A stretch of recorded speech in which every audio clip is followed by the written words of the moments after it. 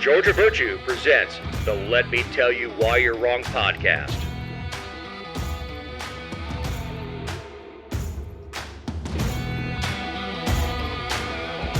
Thank you for listening to episode 281. This week, we have a CRA lawsuit, a gubernatorial smack, a Fani smack, what Brown can do for you. Teaching what now? Maui is ablaze. Election money shenanigans. A disturbing Clayton story. Dem on Dem crime. The Georgia Senate takes aim at social media and a mess in Douglas County. I'm Dave Roberts.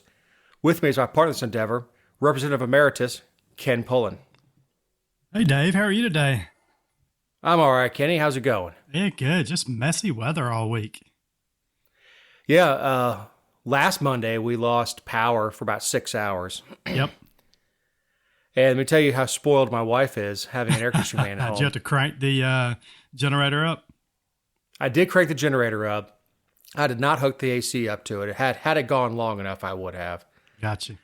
But, you know, I'm married to a woman of a certain age, so she's sweating, dying from hot flashes. And if we get the power back on, I don't know, a little before midnight. I go look at my thermostat, like, baby, it's 74. Yeah, ours is always on 74. Is that not where it's supposed to be? Mine's on 68. Oh, Lord. I couldn't afford that. Sure you can. You just got to have the right air conditioner. But, you know, you would have thought that she was Laura Ingalls.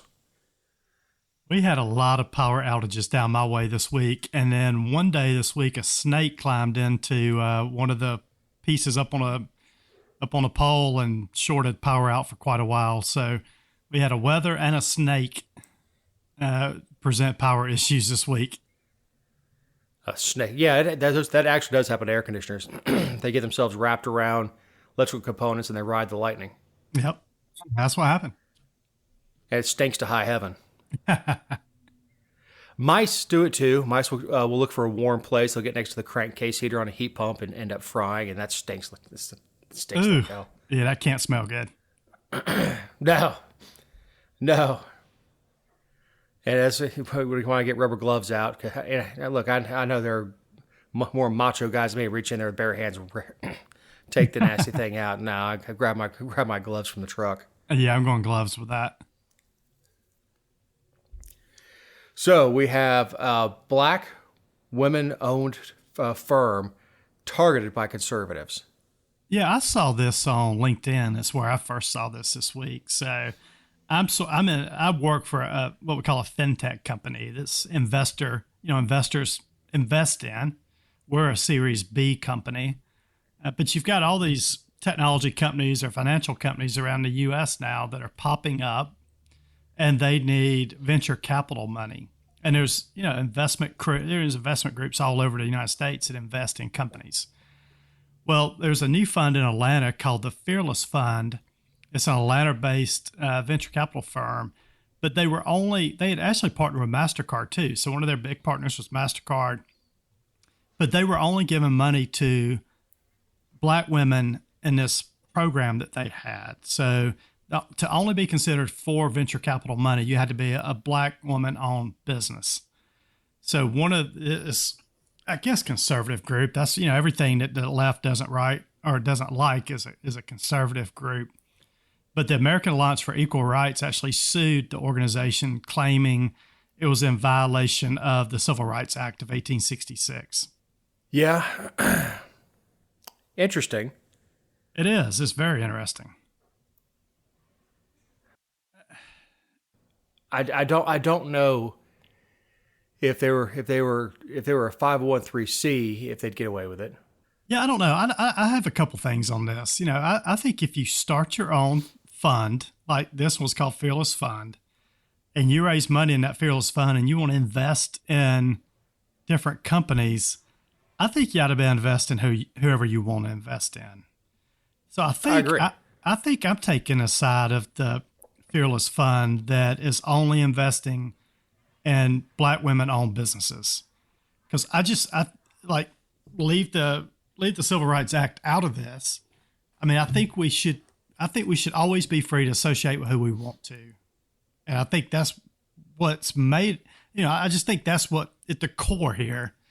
These people raise money and they want to associate with black women that own businesses. And I think they ought to be able to do that. So I'm sort of on the fearless fund here and against this, this supposed, I'm not sure it's a conservative group, but it's a group that's out there looking to see how money is being invested and saying this is a violation of the Civil Rights Act. So I think I'm with the group, and I think they're going now.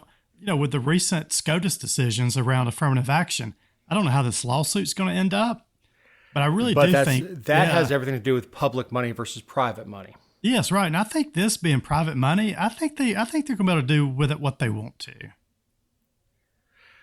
Yeah, look, if bakers can decide not to not to bake a cake for a gay wedding, yes. If you support that freedom of association, you kind of have to support it. I think you have to support this one. Yeah, and that's where I came down on this. And from my purview, if you want to, whoever you want to bake a cake for should be your purview, and whoever you want to invest in should be your purview. So I'm on the side of the fearless fund on this one, but I thought it'll be an interesting lawsuit with all the affirmative action lawsuits that have come down.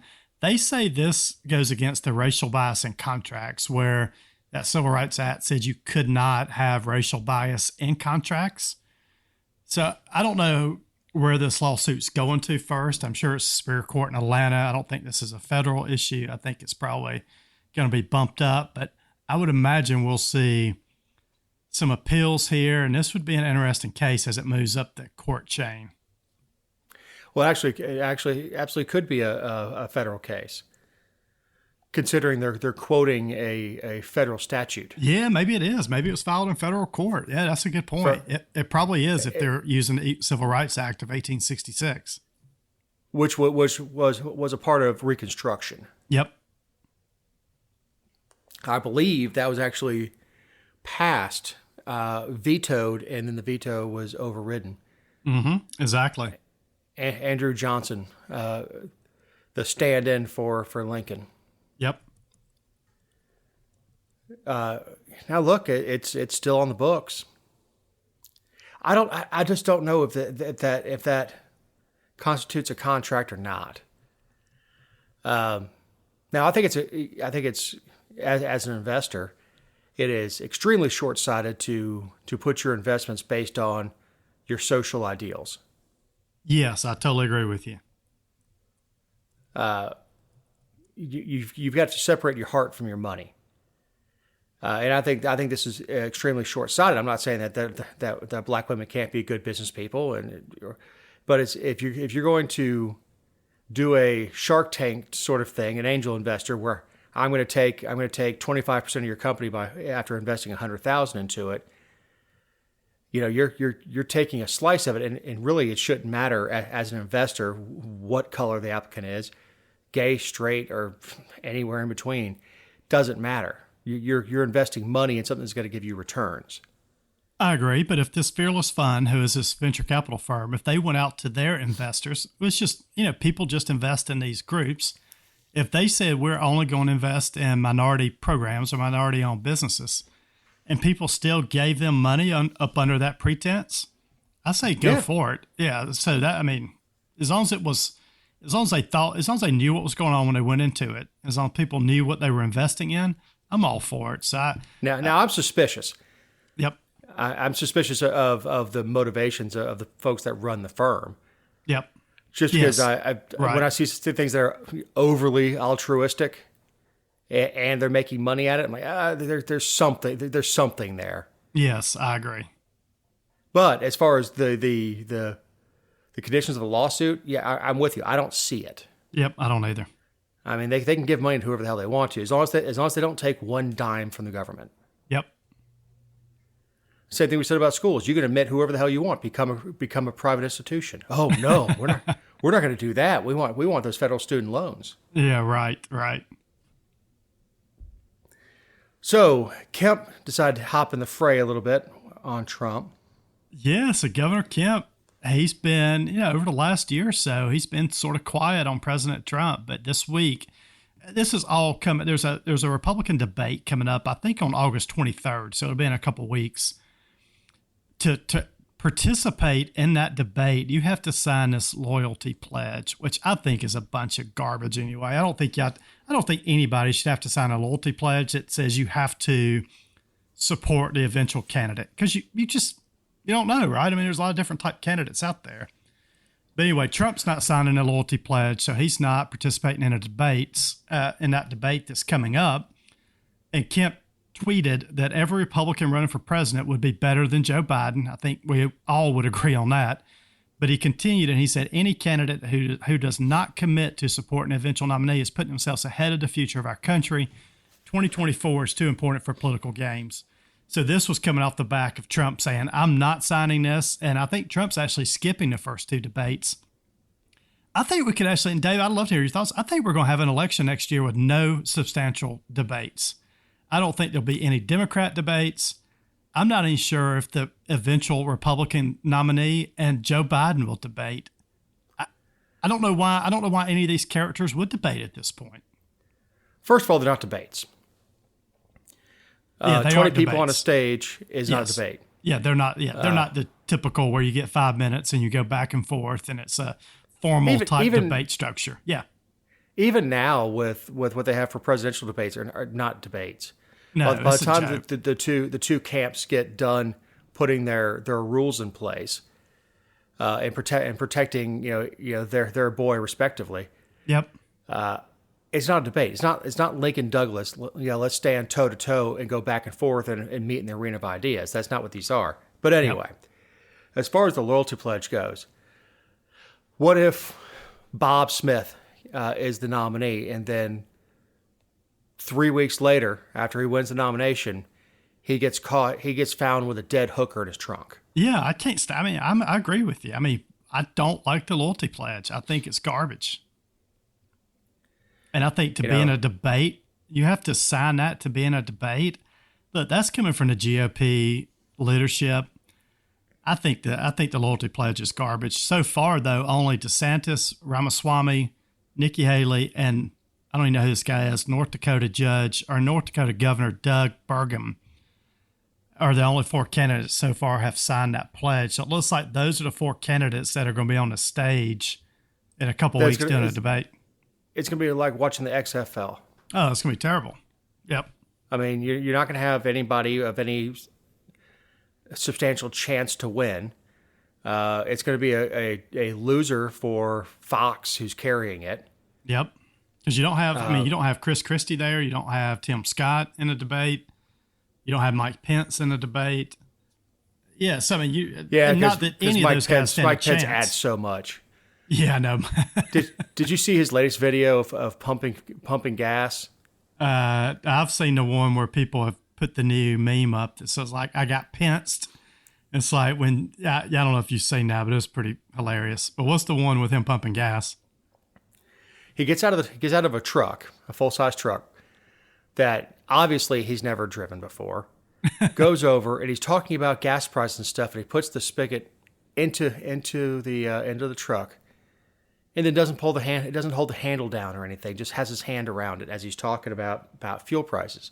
Oh, geez. And you can tell this man hasn't fueled his own vehicle 20 years.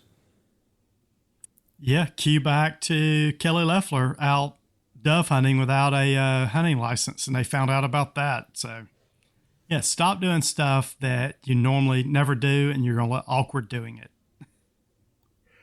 Yeah, we always laughed working on Dobbs' campaign. A friend of mine, Michael Gravely, and you guys are friends too.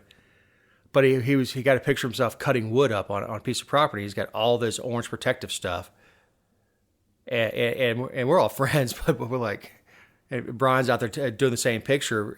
But it wasn't. We were holding an event. It was cold. We were actually cutting up firewood. So I got a picture. He's just out there in blue jeans or cargo pants, whatever it was, and shirt. Using a chainsaw to get a fire going for this event we were doing. It's one of the more fun fundraisers. We did a machine gun shoot. Yeah, those would be a lot of fun. Had everything from a 22 machine gun up to Ma Deuce 50 cal. Yeah, and I'm noticing I'm starting to receive more emails and text messages from candidates for next year. So they're starting to get in fundraising mode again. Guess they took couple months off, and now it's like raise money for 2024. Well, yeah. Well, as you know, as soon as they go into session, that's it. Everything gets locked down. Yep. So everybody's trying to raise money again. Fun times. Yeah. Yeah. I mean, but one, I think Kemp needs to stay out of it. If he's not going to get in, stay out. I agree. I think I thought all along Governor Kemp was going to jump in and run for president. It appears he's not, so I will eat crow at some point here shortly. But I do think he probably should just stay out of it, more along the lines of his 2026 Senate run. I think he wants to stay kind of neutral at this point and just eventually support the nominee that the GOP, whoever the nominee is. If you feel compelled to say anything, which I don't know why you would, but you say something as, I'm disappointed that all the candidates will not be on stage. It would have been great for our party and the American people to see all the candidates competing with each other for votes. Yep. Something like that. It's slightly backhanded to Trump, but it's also aimed at everybody else who's not doing what they need to do to get into this debate. Right, and there's no teeth to this loyalty pledge anyway. I mean, what if you sign it and they can't do anything if you don't support the eventual nominee? So it's just, to me, all they can do is not support you for your next run for office. Yeah. Is if you were to try to run as a Republican in a primary again, the first thing to be brought up is violated his own loyalty pledge. Yep. How can you trust him if he's turned his back on your party? So yeah, your political career is over at that point. But it does give Trump a reason to skip a debate, and it does. So he's already, and look, I don't think Trump needs to go to the debate. If I'm Trump, I'm staying as far away from the debates as possible. But it just gives him a good reason not to sign it. Look, hey, I'm not signing it. GOP said I had to sign it. I'm not signing it. They're not going to tell me what to do. So in turn, I can't participate. So it gives him an out, which if I was DeSantis or Nikki Haley, I want him on the stage to actually debate the guy. So I think this is kind of backfired on the GOP.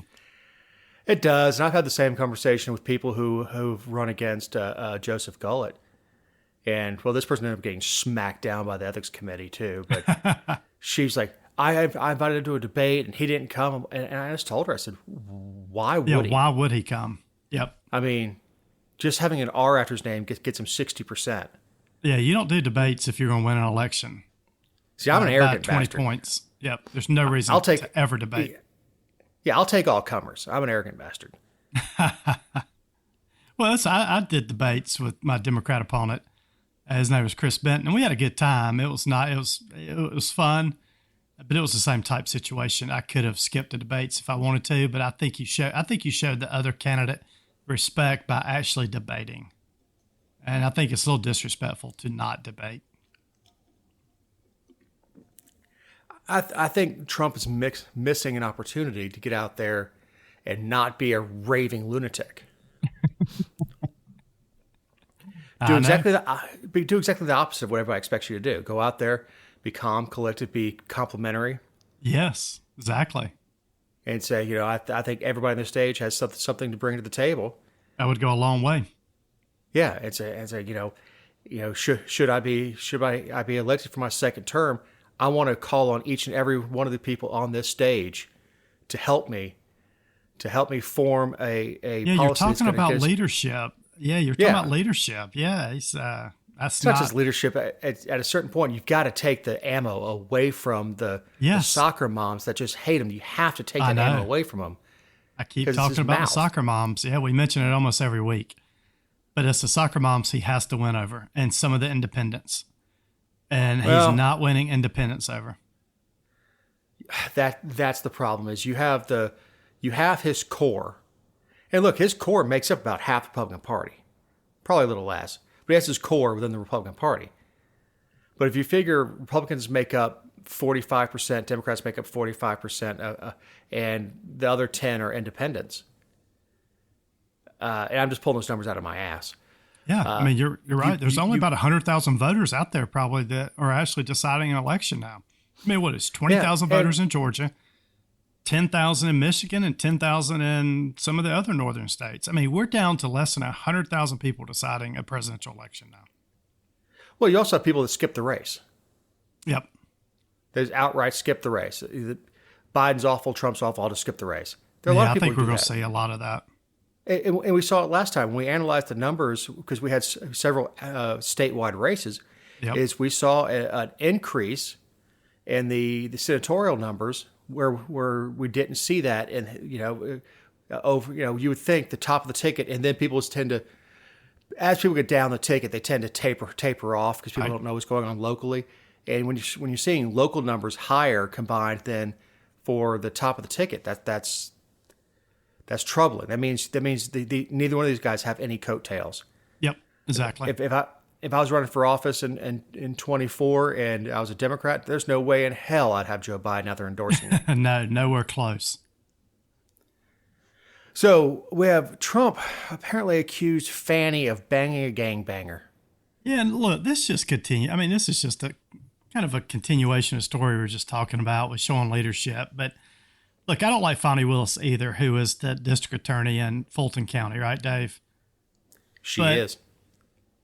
But Donald Trump goes on stage this week and he accuses her of having an affair with this gang member. And he said, quotes, "There's a young racist in Atlanta. They say she was after a certain gang and she ended up having an affair with the head of the gang or a gang member." And he made that quote in New Hampshire this week. Look, everybody's after Trump right now. The media's after him. These elected officials are after him, these district attorneys. But good grief, again, it's the independents and soccer moms. You're not winning election saying stuff like this. You don't win, especially soccer moms, by calling someone a whore. I know. It doesn't matter if it's true. It doesn't matter. And talking to somebody who's all but admitted to banging a porn star. A porn star. Yep. And look, that's his prerogative. If it's none of his ex-wives have anything bad to say about him. If that's if that's part of the relationship and they have an open part on that, that's between them. But if you're not going to bang on Trump for his promiscuity, you certainly it's certainly not appropriate for him to bang on somebody else's. No, and this is just, I mean, this show will drop on Monday. We continue to hear that the week after will be when Fani Willis drops charges against Trump. So she is, I mean, I think that's all but done at this point. I saw where they were putting barriers up around the courthouse this week, filling them with water. Look, I don't think there's going to be protests in Atlanta when she drops charges against President Trump, but that's coming down. I don't see how this helps anybody. It sure doesn't help Trump. It doesn't help any of these investigations that are ongoing. This doesn't win you one single vote by saying something this freaking stupid. I mean, there's no other way to put it. He's trying to goad her into a fight. He is, but it doesn't, I mean, okay. Well, he's also trying to get it in before he's officially charged. Because he goes after, once he's charged, he goes after, that's jury tampering. I guess that's what he's fighting right now. He's trying to run for president and fighting all these charges. And those two things just don't go hand in hand. And I don't know what he should do. To me, he should just sit down in Florida, shut the hell up, win a nomination for the GOP, and run against Biden. I don't even know why we're out now speaking in New Hampshire or speaking in Georgia or speaking in Iowa. You've got the nomination wrapped up. Nothing you can do right now is helping you. Everything is hurting. It's an addiction. Yeah, and look, this is coming from a guy, I want the GOP to win because Biden's not making another term. The last thing I want to do is see Kamala Harris as president. It's not just that. Then she gets to run for re-election twice. Yes. So we could potentially have a Kamala Harris in office 11 years. I mean, is there nobody around President Trump that can just tell this guy to calm down? No, because he surrounds himself with yes men. Look, it's so frustrating.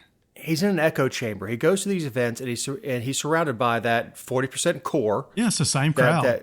I think they follow him around. Yeah, but he's got this core wherever he goes of 40% of Republican voters, and they will fill up stadiums, and they will make him feel so good. Hang on every word, call Fani Willis names, and look, I'm no fan of Fani Willis. I think she's a hack, and a crappy lawyer. But then when he gets out in the general and he doesn't understand, well, how could people not like me? Everywhere I go, I pull tens of thousands of people into rallies. He doesn't get it. And it's the same people every rally. It's just so frustrating because you can see the path to victory. Like every Republican can see. Any other Republican candidate except Trump mops the floor with Biden next year. And not that all the Republican candidates are good. Like I mean, if Mike Pence was president, I'd have a hard time voting on Pence, Chris Christie. I'd have a hard time voting on Nikki Haley. But a DeSantis, he wins that going away. Tim Scott wins that race going away. Trump is the only Republican that can lose at this point. Wake up, people. Tim Scott would just annihilate Biden in a debate. Yes. The problem with having a Trump-Biden debate is it's going to be just like the last ones where you have just two nonsensical, irate old men yelling at each other. 80-year-old guys up there. And I keep hearing it on the radio. I mean, I listen to a lot of podcasts. We've got two 80-year-old guys running against president next year that only 33% of the public, 33% of Democrats like Biden. It's about 32% of Republicans like Trump. So we've got two guys running for office that can't even get 50% of their own party. You know what that debate stage is going to smell like, right? Yes, it's amazing. Depends. Yeah, I just holster them. Just holster the mouth first, and then try to put some civil words in it. Yes, please. But we tried that for 4 years. I know. So, Brown delivers. Yes, Brown and Biden, I think, delivered. I think Biden's claiming victory for this. So the UPS drivers and the Teamsters union this week, they were going to go on strike, but they got a new agreement in place. And when I saw this headline, I was dumbstruck. But these truckers for UPS will now make $170,000 on average to drive a truck.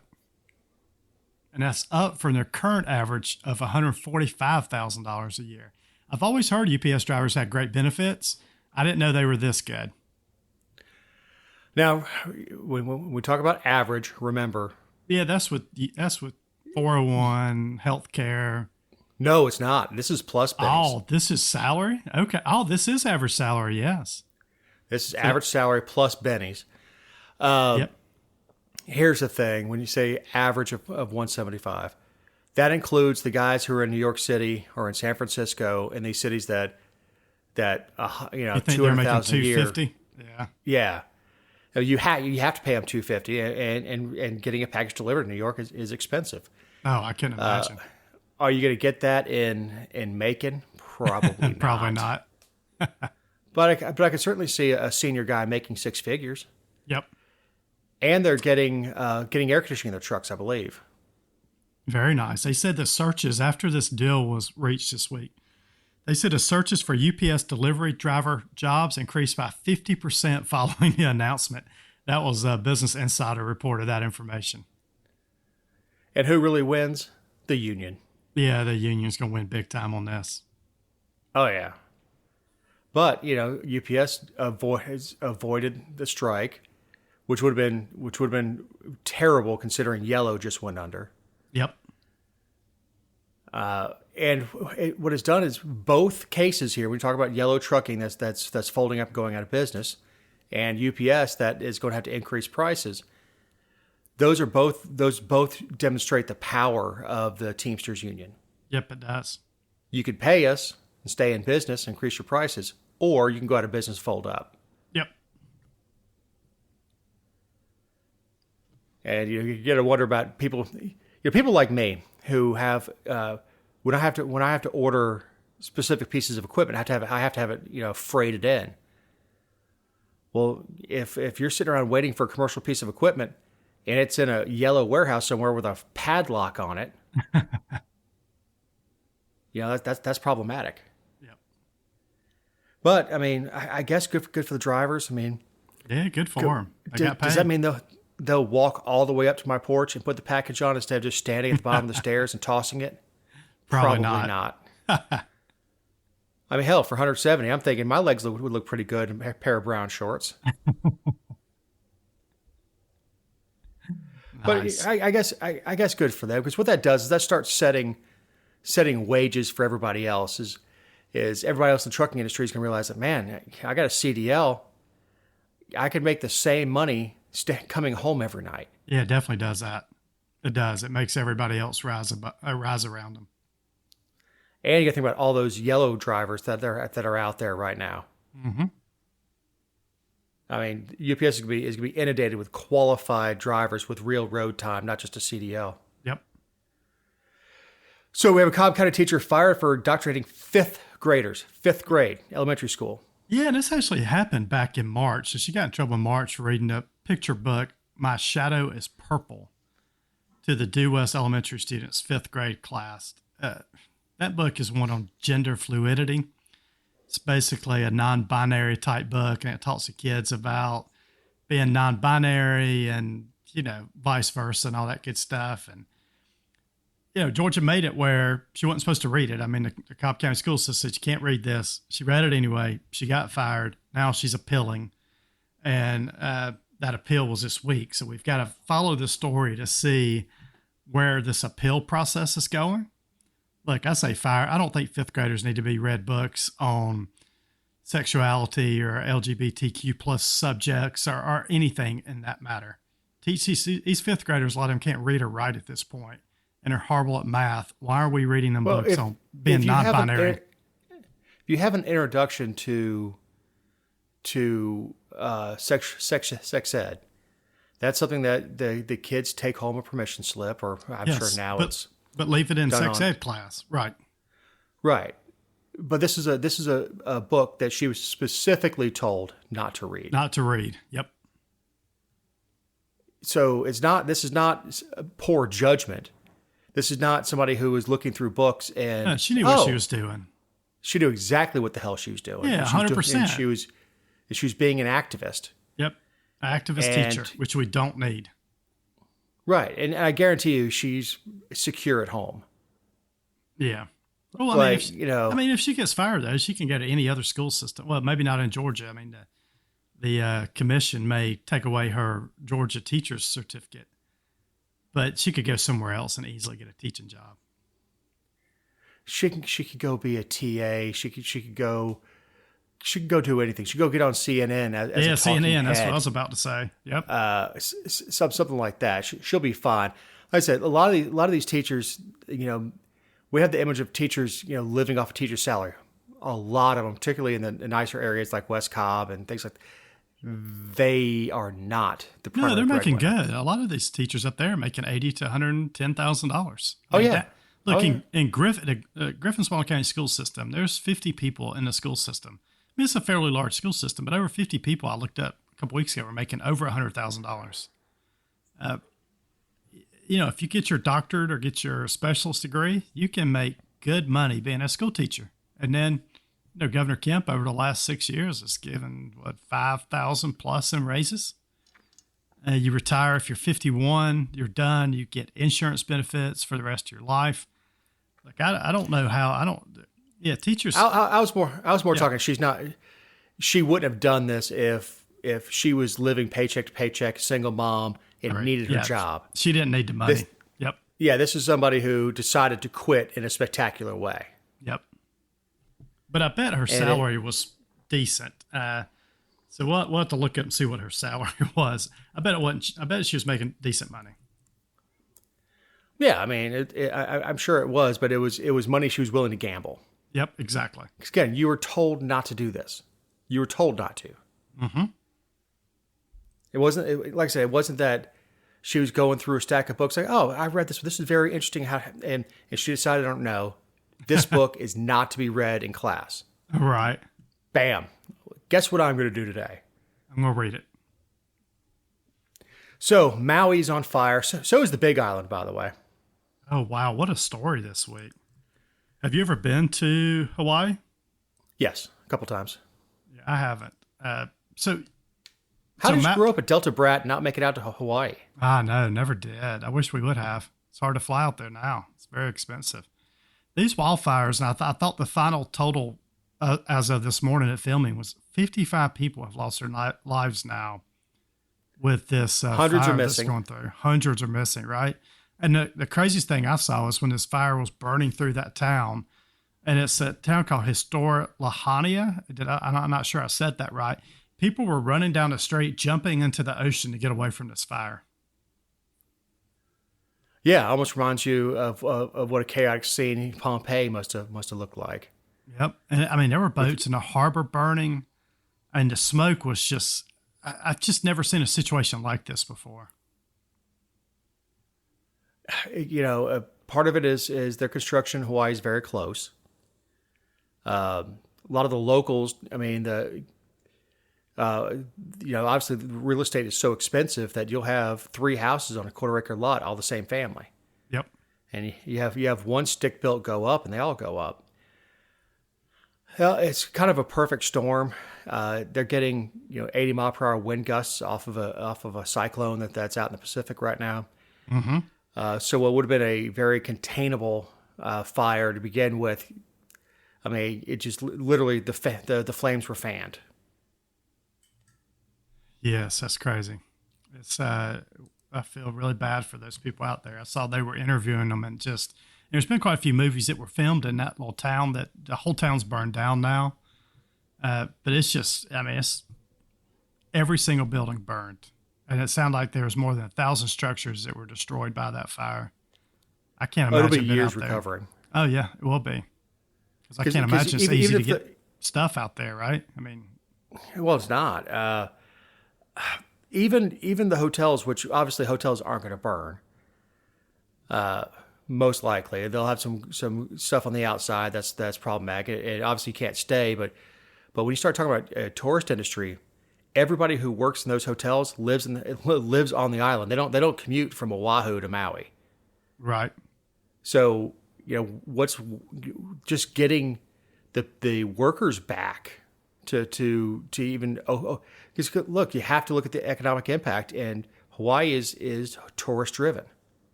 They don't produce a whole lot, some macadamias and stuff, but they're not a huge. They don't have huge factories to produce stuff that's being shipped to the mainland and all that stuff. They depend on a lot on tourism. And you said one of the most popular islands. I mean, anywhere in the world you can say Maui, and they speak no English. Go da da da, Maui. Yeah, I mean it's as famous around the world as saying Hollywood. Right. So I certainly feel for the people of Hawaii. It's a terrible story. Yeah, there's a lot of money that's going to disappear from them. Yep. But where money seems to appearing is for the Sanders. This just shows you how crooked politics are. So the senator, everybody knows Senator Bernie Sanders. So he basically is funneling $200 or $200,000 from his campaign coffers to his wife's nonprofit institute. Which basically is paying 6 figures worth of salary to her son. So his wife sets this nonprofit up. Bernie Sanders takes $200,000 out of his campaign fund, gives it to the nonprofit. Then the nonprofit pays his wife's son. Hey, look, this nonprofit doesn't do anything. It's a think tank. It does nothing. It does nothing. It's just a think tank. Me and you could start one tomorrow. Yeah, I don't think we'd have the same results. Yeah, I don't think we're going to get that $200,000 check. This is not the first time he's did this, though. I mean, Sanders has been funneling money into this nonprofit for years, and it's basically this is just campaign cash. It's campaign cash. So this is money he raises. And technically, you can donate campaign cash to charity. You can. Nothing illegal about this. Nothing illegal. Yeah, it's more crooked than a dog's hind leg. But 100%. This is just for someone like Bernie Sanders, it's. Always talks about the working man and how, he's a socialist guy. Yeah, it just shows how crooked everything is. I mean, it's really no different than when you're in the legislature and you've got your son being a lobbyist and companies hire your son to lobby on their behalf just because they know you're the speaker's son. It's no different. People on both sides of the political aisle do this. Oh, yeah. It's just, when you rail against the rich and you have 2 or 3 beach houses and you funnel hundreds of thousands of dollars through a do-nothing nonprofit just to hand money to your son. Yep, exactly. And look, he could have just as easily hired his son as a consultant and paid him $100,000. It would have been more up and up if he would have done that, or people would at least known what was going on. His name would have at least shown up, not just this nonprofit. Yeah, this is just nonprofit. He was trying to do this without anybody finding out. And, if you go out and search online, there's Fox News is covering this. Maybe one other website's covering it. Nobody else even gives a rat's ass. No, they don't, because he says the right things. Yep. And he's on the left. All right, so we have the worst story of the week. A baby is decapitated during delivery. And this occurred in Clayton County. There was actually a baby being delivered. Doctor gave too much. I mean, it's hard to even read the story, but the doctor, baby's stuck, twisted. Doctor applies too much force, and the baby's decapitated. So the baby's head comes off. So they don't know that after, I think it was 10 hours of labor, it's not. They take her for the C-section, and during the cesarean, they pull the baby's feet, as they do during a cesarean, and the feet come, the shoulder, arms, no head. Yep. And then I guess they tell the mother the baby's stillborn and rush the body away. Yes, they wouldn't let her see the body, so they tried to cover it up then on what had happened. And the cover-up is always worse than the crime. Oh, always. Because do I think the doctor intended to rip a baby's head off? No, that's not why he became an OB. Yeah, no doctor would try to do that. Well, I mean, not unless you work in Planned Parenthood. Yeah, a Planned Parenthood doctor, but no doctor delivering a baby. Yeah, nobody who goes into the OB profession. Yeah, their job is making babies and bringing babies into the world, and no doctor goes into that wanting to rip a head off. Yep, exactly. Totally agree. So we went from incompetence to a cover-up, and legally, the cover-up is always worse. Oh, these people are going to get paid some serious money on this, and they deserve every dollar. I think this is an unbelievable, sad story. It is. I mean, the force necessary to decapitate a baby. You know this because you've had 2, and I've been around nieces, nephews, and other babies. They're incredibly hard to damage. Yeah, they are. Yeah, they're very strong. Their little bodies are very elastic, strong. I was tossing my niece, who's now starting college. I think she moves in the week that the show drops. So when my niece was a baby, I was throwing her, and at the house we were at, was my parents' old house, and my brother bought it later. We took down a wall between the formal living room, it used to be a thing, and the family room. Took that wall down, but there's still a header beam through there. So I'm walking with her, tossing her, and she's just laughing. And I walk under that beam and smack her head right on the beam. And she looked at me.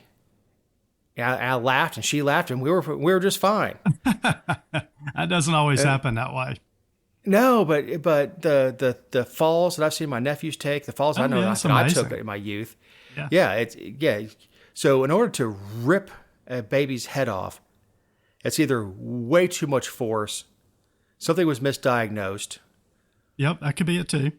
Or there had to be some sort of pre-existing condition for the child to decapitate. But think about what you said, though. The doctor was pulling the baby out, decapitated the baby, then continued on with a C-section after 3 hours. After 3 hours passed before the doctor did the C-section. So the whole time this doctor knew that the baby was dead. Then did he know? I guess they did because they have a fetal heartbeat monitor. Yes. So now they go in and do a C-section.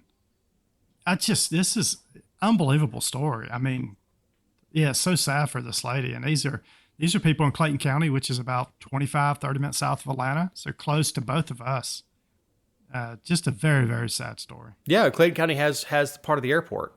Yes, right. It's on the south side of the airport. In fact, if you get arrested at the airport, depending on where you're arrested at the airport, you go to Clayton County Jail. Yep. Which it would not be my preference. Not at all. Because I'm not sure Fulton County is any better. But it's a horrible story. And yes, I think they're going to get paid. It's not that I don't even want to say deserve, but the hospital deserves to pay for it. The doctor deserves to lose his license. Yes, I think that's what needs to happen here. I agree. He needs to lose his license. Everybody involved needs to lose their license. Yep. Every nurse that lied, everybody who covered that up needs to be out of the medical field. I agree. I don't know if I want to say in prison, but if you covered up evidence of a crime, that's a crime in of itself. Mm-hmm. So the Dems are starting to target a Democrat in House Seat 53. Yeah, we're being a little facetious here. So Representative Deborah Silcox, who is a Republican, she currently occupies House Seat 53. She actually lost it in 2020. Then when redistricting occurred, they made her district more Republican. So then she won back her seat in 2022, and now she's on the top of the Democrats' hit list to get out of office in 2024. I just like how the media spun this story. They say she has a conservative voting record, even though she voted against the heartbeat legislation. Look, Representative Silcox is a super nice lady, but she is a moderate Republican at best. And I don't necessarily blame her. She lives up in a very affluent Democrat neighborhood. But she is not conservative at all. This is just one Democrat trying to take out another Democrat. And it's really one of these real liberal Democrats, right? It's not a moderate Democrat. So it's going to be interesting to watch this race. Governor Kemp has got behind Silcox, Representative Silcox.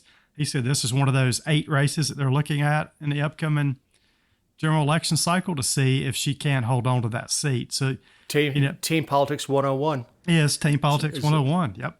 As long as she's wearing that R, Yep. we're going to back her. Now, I think it's way early for Kemp to come in and back her because we're not even into primary season yet. And you could get a conservative Republican to come up, and then everybody stand back and let's see what happens in the primary. Yeah, you could get a primary challenger, no doubt. So one other thing for Kemp to stay out of until it's time to get in. Mm-hmm. Let the primary process play itself out, and then throw in behind the Republican if you want to 100%. Yeah, I totally agree with you on that point. But that just makes too much sense. This is a good time to remind you that these are our opinions, not those of anyone not on the show or any respective company for which we may work, own, or otherwise associate ourselves with on a regular or irregular basis. Also, you can find other episodes and relevant stories over at thegeorgiavirtue.com. All right, you've got the mule. Yeah, I thought this was a crazy story this week. So this lady that worked for, her name was Susie Chaco, I think I'm saying that right. She was fired this week because her company put a keyboard monitor on her computer, and it found out that she was not actually working as much as she thought she could. Now, her job at this company was she worked for an insurance company. Her job was creating insurance documents, meeting regulatory timelines, and actually monitoring work from home compliance. So while she's supposed to be monitoring working from home compliance, she's being monitored for not doing her job and gets fired because of it. This is in Australia. Yes, it is. And there were days where she didn't sign in at all, or signed in and didn't do any work. Yeah, that's part of it, right? She missed deadlines. She was absent a lot. So it wasn't necessarily, she wasn't typing all the time. She was failing to do a lot of things, which led to the keyboard program being put on her computer. Right. And look, producers are treated differently. I'm sorry, it's the way it is. Oh, 100%. If you hit all your sales numbers working 3 days a week, you know what? Do it. Nobody cares if you play golf for the 2 days a week. Nobody cares. If you're not hitting your numbers and you're only working 3 days a week, you're lazy. Yep, exactly. Even if you're doing the same amount of work, yep. producers get special consideration. That's just the way it is. Yep. And she wanted to blame mental health and all this stuff. But look, reasonable accommodation doesn't mean you can't get the work done. No. And what this has turned into, which, I was going to say what this has turned into now, she's made such a big fuss about it that I don't know if she'll ever be able to get another job. So to me, instead of just tucking your tail between your legs and slinking off, she's made this such a big deal that she's crying that she can never get another job now. Well, you did it to yourself. No one would know about this. No one would know about it. Yeah, Australia is a relatively small country when you talk about population. It is. It's very small. Everybody lives right around the coast, and you get two big cities and several that are tourist destinations in a middle that is. Imagine if we had New York, Miami, Seattle, Los Angeles, and a whole lot of nothing in between. Yeah, that's just what Australia is. So yes, it's with having a small population. Yeah, her name is. She's mud. She's got to move. And she did to herself. All she had to do was just take the firing and move on with her life. Yep, exactly. All right. So Burt Jones and Jason Anavatarde are striving to end cyberbullying. God, I hate that term. I do too. So they put out, this is Lieutenant Governor and Senator Anavatarde from over around your area, Dave. They put out a statement. Yeah, he's my state senator. Yeah, your state senator. And look, I think both of us like Senator Anavatarde and Lieutenant Governor Burt Jones. I think they're both doing a good job. But they put out a statement this week that says social media touches every part of our daily lives, and while it certainly has benefits, the potential negative impacts it has on our children cannot be dismissed. Look, I think that statement is 100% true, but I think it's a parental responsibility to actually supervise your children and watch what they're looking at online. That's where I would disagree with this next part, because I don't think it's the government's job to manage your children's online activities. But he said, this legislation will be a critical step towards age verification, removing addictive content, and cracking down on cyberbullying in the social media landscape. So they're going to introduce this legislation that supposedly is going to require social media companies to take concrete steps to verify the age of their users. And then they're also going to require social media companies to remove features that they know or find to be addictive to children. I have no idea what that means. Games? Yeah, what are you going to have to do? Remove like Sudoku from somebody's game or somebody's phone? I mean, that's... I assume what they mean to children. I assume what they mean is the games that are free, quote unquote free, but if you pay this, you get a special thing or whatever in pretend land. Yeah, it's going to be interesting to see how they define that. And that does trigger the same addiction in your mind as gambling. But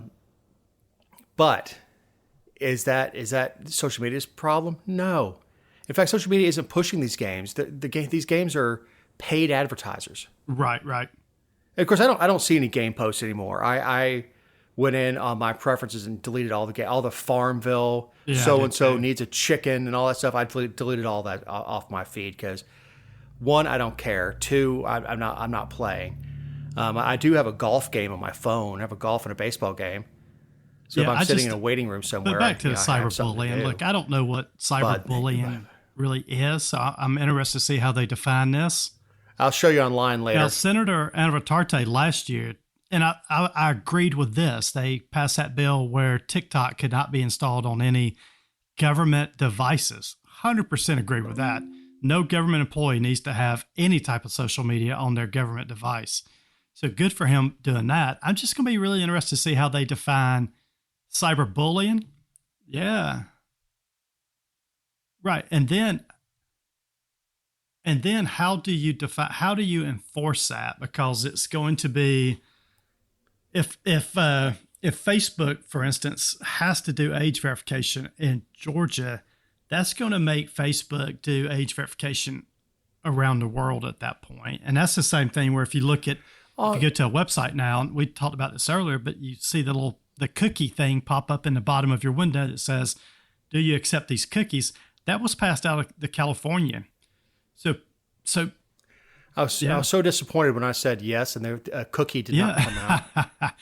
But I'm going to see where this goes and then how they really define cyberbullying. And then what did they define as addictive content? So I think those are the key parts around this bill. First of all, porn is considered addictive. I would think so. Yeah. Depending on who you ask. Social media companies don't require age verification for porn either. And Facebook in and of itself, Twitter in and of itself, TikTok in and of itself, they are all addictive. I mean, and I'm not talking about kids either. I'm talking about grown ass adults who will live on social media and all that. It's all addictive. Exactly. It all, every time we post something, it triggers something in our mind, and every time we see somebody having fun that we're not having, it triggers something in our mind. Someone asked me one day, he's like, "All you do is go fishing and on vacation. Don't you ever work?" I'm like, "No, that's all I post." I share stories, and especially from the Georgia Virtue and stuff, but pictures of me, I don't put a picture of me sitting down eating beans. No, if I'm going to put a picture of me, it's holding a fish, or it's going to be on a beach somewhere, or something like that. So we do have another disturbing story. We have Douglas County officials. They're just indicting him right down the line. Yes, I know. Right. Where's Douglas County's up your way, correct? It is just south of me. Douglas County goes from Six Flags out to Carroll County. Yeah, this all stems from P cards. If you're in the credit card industry or you travel a lot with your current job, a lot of times you'll be given a P card or a purchasing card or a travel card to use. It's got a particular credit limit on it. So it looks like these members had a P card and they started using these P cards for stuff they shouldn't. And then they didn't keep all the receipts. They didn't seek approval before using them. And we're talking about cigars, whiskey. Yeah, we're not talking about taking someone out for lunch is official business matter. This is stuff that was very much on their own dime, should have been on their own dime. Even with that, in private organizations, if and you travel for work, you've obviously done this. But you say, hey, can I get the food on one check and the alcohol on the other? Yeah, 100%. Why? A lot of companies don't allow that. Yep. Yeah, I'll pay for your steak and pay for your client's steak, but your drinks going to be on you. Yep, exactly. Especially banks. Yeah, pretty much every bank that you work for has a no alcohol policy on their TD program. That was not the case when I was in banking. It is now. It's changed a little bit. The rule was if it is socially acceptable. Yes, that is true. That is true. If it's so if you're at a golf tournament, that is definitely socially acceptable. Yeah, and the beer cart comes around. It is absolutely if you're playing a foursome and you have 3 clients with you, it's absolutely acceptable for you to buy beers for you and your 3 clients when you, no make doubt. the turn or whatever. However, if it's you and 3 other bank employees, yep, it's not. No. Yeah, I used to have a manager I worked with. We would go out and have a couple bottles of wine at dinner, and when he was taking a picture of the receipt to turn it in, he would just kind of hover it and move it a little bit to make it blurry. He said that was his way of getting around it. Last time I did an expense report, I still had to do photocopies and staple it and send it interoffice mail. That's how long I've been out of the corporate world. Oh, I'm but ready. No, man, it's it really depends on which industry you're in. Like I said, banking, it was always if it's socially acceptable, you may. Drunkenness was not acceptable. Yep, exactly. You could stand around, have a beer in your hand. You could stand around, have a cocktail in your hand at a reception or something like that. But drunkenness was not acceptable. Yep. So if you had to know your limits. If 2 is your limit or 3 is your limit, whatever.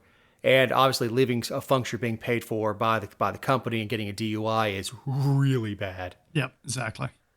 That's how you find yourself getting, if they don't fire you, demoted to the point where you just no longer have a purchasing card, and you're no longer allowed to travel for work. Yep.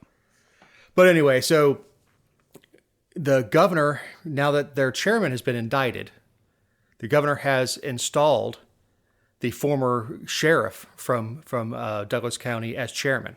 Okay. And I'm sure that has made nobody happy because we're talking about replacing a black Democrat with a white Republican. Yeah, that's not. Yeah, I don't think that's gonna make anybody in that area happy. Well, look, don't suck at your job. Don't steal. Yep, don't steal. Don't It's pretty steal from simple. taxpayers. I agree. I mean, we talk about government corruption all the time, and there's always vague things like, they're taking money on the side. You know it. Well, show me the evidence. Yep. Well, in Douglas County, the evidence is right there in front of you. I mean, I was about to say something stupid, like I don't know how you can continue to vote for these people, but the majority of voters have no idea. They don't. reelected Marion Barry. Yeah, most Not people voters in have no Douglasville, clue. but voters reelected Marion Barry, and he got caught with hookers and crack. So they'll if they want to get reelected, they'll go out there and they'll put their walking shoes on and knock on doors again and say, "Can I put my sign outside?" And the majority of no people doubt. have no idea what happened. Unless he shows up with an ankle monitor, then they're never going to know. Yep. So I don't know, man. As we're running long, what have you got for your closing thought? Yeah, just a little congratulatory moment. But Chris Hosey was appointed by Governor Kemp this week to serve as the director of the GBI. Chris is a local guy. He lives down in Thomaston, so he was in my district when I was serving in the House. But he's actually been with the GBI for 35 years and has been promoted to every sworn supervisor rank in the investigative division. So super, super nice guy. Been there 35 years and now is leading the GBI in Georgia. So congratulations, Chris, to you. And promote from within. Yeah, and promoted within. It's amazing, right? They didn't. Yeah, he's They done didn't bring it. somebody in from Alabama or Florida or anything like that. They promoted from within. Yep, and he's done it all. That's a really good story for everybody else who works there. Is do things the right way. I know. Be a good member of the community. Be a good leader. Yep, Be exactly. an example for your subordinates, and good things happen. Yep, he has done it all at the GBI. So, yeah, good for Chris. Congratulations, Mr. Commissioner. Absolutely. And if I get in trouble, get me his number. I've told all my friends in law enforcement and prosecutors that if I ever call you for a favor, you should say no.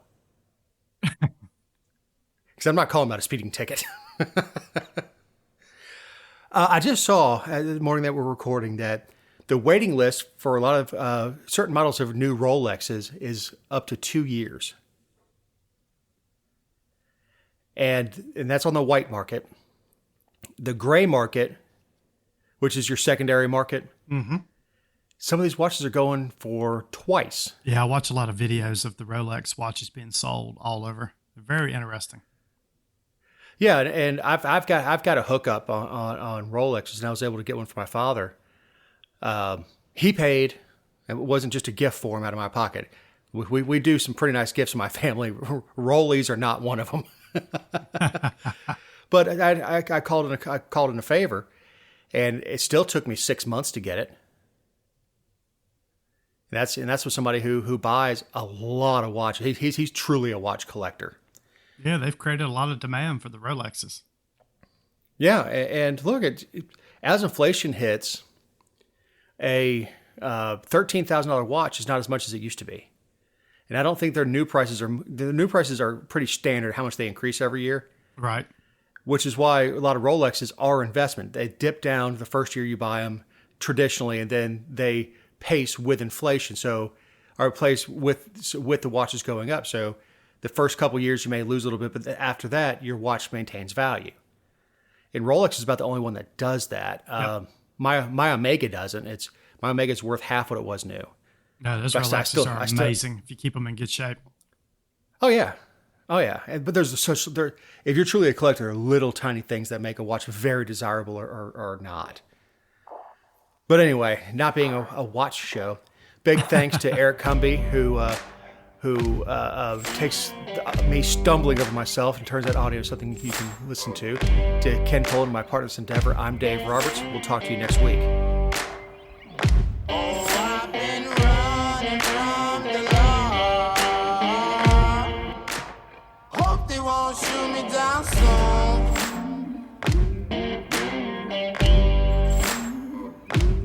They sing on a sleepless night. catch me howling at the moon.